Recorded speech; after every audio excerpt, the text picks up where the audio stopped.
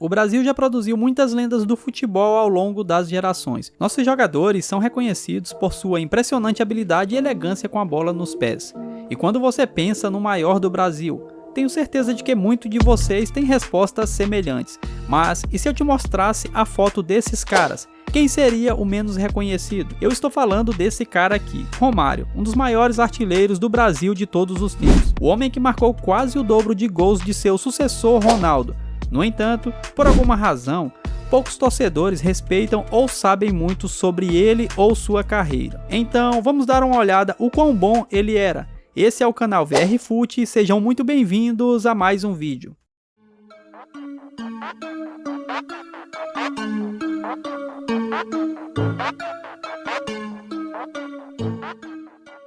O futuro de Romário como jogador de futebol era evidente desde cedo. Ele sabia que queria seguir essa carreira aos 13 anos, quando assistia ao clube de futebol local, Olaria, e sonhava em jogar por eles. E foi exatamente isso que ele fez.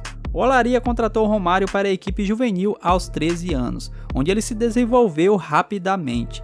Porém, Romário desejava se transferir para clubes maiores, então ele tentou se juntar aos gigantes regionais, como o Vasco da Gama, apenas para ser rejeitado pelo seu treinador principal, alegando que Romário era pequeno demais para causar um impacto significativo em qualquer partida. Ele não se deixou abater. Apesar de seu tamanho, Romário possuía uma velocidade incrível e pernas fortes, o que ficou claro quando, ironicamente, em um amistoso contra o Vasco da Gama, o mesmo clube que o rejeitou, ele marcou 4 gols, impressionando a todos. O clube praticamente implorou para que ele voltasse e assinasse com eles. Com o Vasco da Gama, Romário conquistou 2 campeonatos estaduais, marcou 73 gols em 123 partidas nos próximos 4 anos, jogando contra adversários muito mais velhos durante toda a sua carreira juvenil.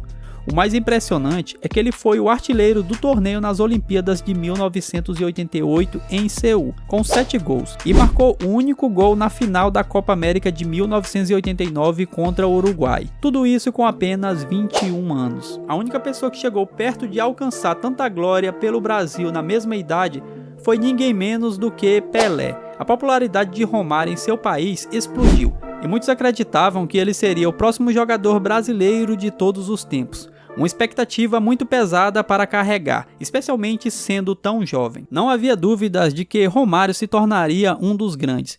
Ele era tão gênio, e isso era óbvio para quem o via jogar. Antes dele, não havia outro prodígio com o mesmo potencial no Brasil. Ele abriria o caminho para muitos que viriam depois dele. Romário começaria a construir o seu legado a partir de então. Na verdade, Romário foi realmente o primeiro jogador brasileiro de alto nível a se transferir para a Europa.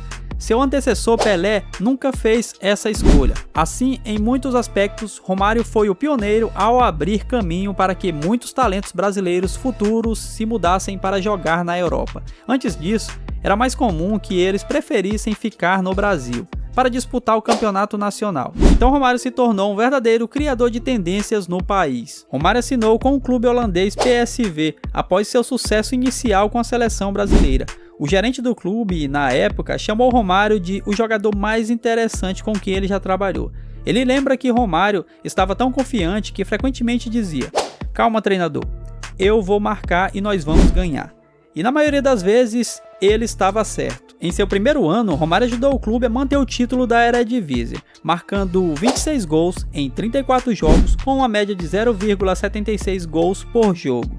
Romário já estava ganhando popularidade em toda a Europa, e certamente se tornou uma motivação e um ícone para todos os jogadores da geração jovem no Brasil.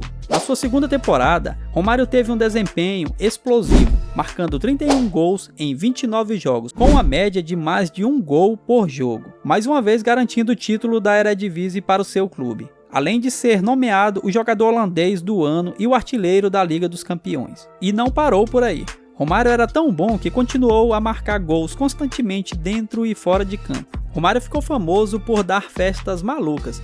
O baixinho fazia festas em sua casa todo fim de semana, convidando muitas mulheres e celebridades locais. O cara simplesmente recriou a cena noturna brasileira de Copacabana, na Holanda. Romário alegava que isso tudo o ajudava a afastar a saudade de casa. E se você já viu vídeos de outras lendas brasileiras, sabe que eles adoram festas, e Romário parece ter sido pioneiro nisso também. A vida de Romário pode ser resumida em futebol e festas, duas coisas que ele era incrivelmente bom. Em sua terceira temporada, ele marcou 30 gols em 30 jogos, tornando-se o artilheiro da Holanda por 3 anos consecutivos. E ele fazia isso com uma fórmula simples de marcar gols: ser rápido e finalizar bem, mesmo em circunstâncias mais difíceis. Combine isso com sua frieza na área de gol, e você tem uma máquina de marcar gols. Romário passava continuamente pelos zagueiros e finalizava mantendo tudo simples, mas incrivelmente eficaz. À medida em que sua reputação no futebol crescia, o mesmo acontecia com seu ego. Certa vez, ele proclamou corajosamente que, quando nasceu, o próprio Deus apontou para ele e disse: "Esse é o cara". Claro, isso era uma brincadeira, mas a confiança de Romário era incomparável. E quando você é tão grande, às vezes você consegue uma folga. No entanto, isso se tornou um problema quando ele começou a exigir mais do que apenas estar no PSV. Romário terminaria o seu tempo na Holanda depois de 4 anos, marcando um total de 128 gols em 149 partidas. Absolutamente, isso é monstruoso. Foi então que a lenda do futebol moderno, Johan Cruyff, recrutou Romário para jogar pelo Barcelona. O time do Barcelona de 1993 a 1994 incluía jogadores como Ronald Koeman, Pep Guardiola, Michael Laudrup e Hristo Stoichkov. Romário liderou o clube em gols, com 30 gols em 32 jogos do campeonato, tornando-se o artilheiro do clube e da liga. No total, ele terminou a temporada com 32 gols e 20 assistências em 47 jogos. O Barcelona era o clube mais dominante do mundo na época e era considerado o favorito para vencer a Liga dos Campeões. Eles chegaram até a final, onde enfrentariam o Milan. Na verdade, até mesmo Paolo Maldini admite que achava que o Barcelona era o grande favorito para vencer a partida. Mas, como a história mostra, o Milan os derrotou por 4-0, conquistando a Copa da Europa para a surpresa de todos. Esse time do Barcelona era muito forte, mas muitas fontes apontam que eles entraram na partida com a atitude apenas de pegar a taça, não competir por ela. Romário ganhou a taça da Liga com o Barcelona, mas essa derrota na final europeia foi difícil de engolir. No verão seguinte, Romário se redimiria na Copa do Mundo de 1994, nos Estados Unidos. Romário nunca teve uma chance real de representar o seu país no maior palco do mundo. A Copa do Mundo de 1990, ele era um jogador mais esperado de seu país, mas estava lesionado e mal jogou na fase de grupos. Agora, ele estava determinado a provar o seu valor ao mundo e desta vez garantir a vitória. Romário teve um início de torneio fantástico, marcando um gol contra a Rússia, Camarões e Suécia durante a fase de grupos. Depois, ele marcou contra a Holanda nas quartas de final e o gol da vitória contra a Suécia nas semifinais. Embora a final tenha terminado em uma vitória por 3-2 nos pênaltis sobre a Itália, todos sabiam que Romário foi o homem que levou seu time à final. Ele terminou o torneio com 5 gols e 3 assistências para o seu país. Romário se tornou um herói no Brasil, finalmente cumprindo com o que muitos de seus compatriotas acreditavam que ele poderia fazer desde que era um jovem astro em ascensão, quando ganhou a Copa América de 1989. Ele também foi o último jogador a ganhar a bola de ouro da Copa do Mundo e o troféu da Copa do Mundo no mesmo torneio. Parece incrível, mas é verdade. Durante o torneio e até antes, Romário se interessou por um Ronaldo de 18 anos, que estava na seleção da Copa do Mundo, mas não jogou uma única partida. No entanto, Romário o orientou, pois viu seu intenso potencial no Brasil. Romário ajudou Ronaldo a tomar a decisão de ir para a Europa e seguir seus passos e ingressar no mesmo clube, o PSV. E o resto foi história. Naquele momento, Romário passaria a tocha para o seu sucessor, assim como havia recebido de Pelé, tantos anos atrás. Romário também foi eleito jogador do ano da FIFA em 1994, depois de ter ficado em segundo lugar no mesmo prêmio apenas um ano antes. Aos 22 anos, ele já tinha um dos maiores currículos da história do futebol. No entanto, na temporada seguinte, Romário e Cruyff tiveram um desentendimento, pois os dois tinham abordagens e atitudes muito diferentes em relação ao futebol. Romário era mais despreocupado, enquanto Cruyff era mais calculista. Romário deixou o Barcelona para retornar ao seu país e jogar pelo Flamengo, enquanto muitos, inclusive eu, podem pensar que ele poderia ter passado seus melhores anos na Europa. Ele fez o que queria, ele realmente adorava ficar no Brasil, então você não pode culpá-lo. Romário sempre foi um coringa, mas se sentia melhor em casa. Com o Flamengo, Romário dominou o Campeonato Brasileiro.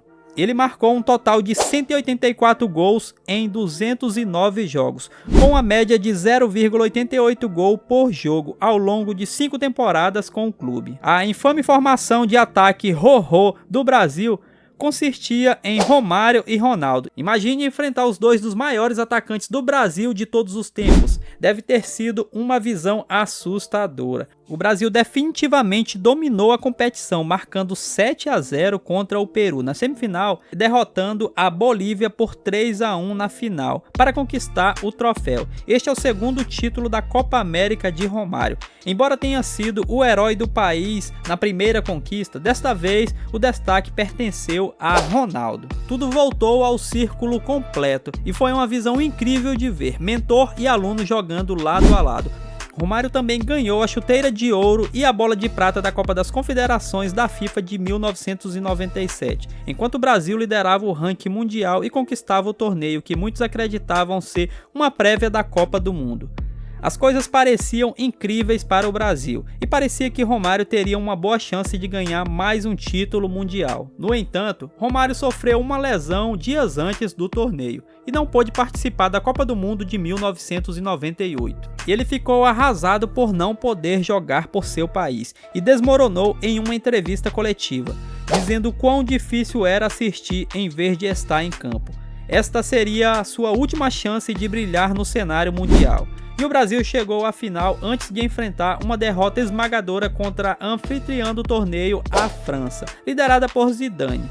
Quem sabe se Romário estivesse saudável, talvez o desfecho daquela partida tivesse sido diferente. Durante esse tempo, Romário voltou à Europa para jogar pelo Valência, na Liga Espanhola, onde infelizmente ele sofreu várias lesões e jogou apenas 12 partidas em 2 anos. Ele voltou novamente ao Brasil para jogar pelo Flamengo, onde fez uma grande recuperação e rapidamente voltou à forma, com uma média de 0,86 gols por jogo, marcando 116 gols em 135 jogos e ganhando mais um título do Campeonato Carioca com o clube. Em 2000, Romário retornou ao seu primeiro clube profissional, o Vasco da Gama. Agora bem nos seus 30 anos, Romário ainda estava em plena forma. Nas próximas 3 temporadas com o clube, ele marcou 132 gols em 135 jogos, uma média de 0,98 gols por jogo.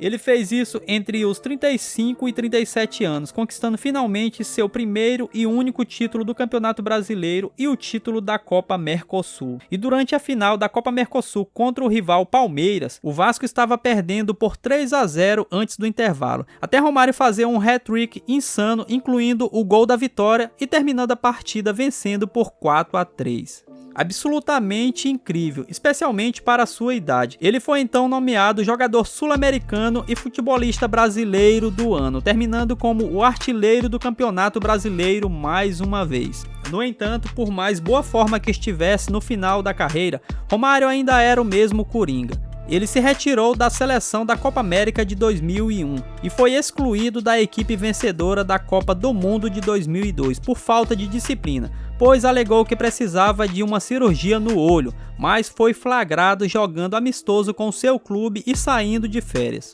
Se ele fosse um jogador disciplinado por apenas mais alguns anos, ele teria outra Copa do Mundo em seu currículo. Muitas pessoas se lembrariam dele como um dos maiores de todos os tempos. Não demoraria muito para que Romário, após sofrer várias lesões no final de sua carreira e passar por vários clubes, incluindo times do Catar, América e Austrália, decidisse finalmente pendurar as chuteiras e se aposentar, tornando-se um dos maiores atacantes da história e se aposentando como o 4º maior artilheiro de todos os tempos, além de ser o 4º maior artilheiro do Brasil em todos os tempos, mantendo o 2º maior índice de gols logo abaixo de Pelé. Na minha opinião, ele é um dos maiores atacantes que já existiram e, sem dúvida, o 2º maior jogador do Brasil.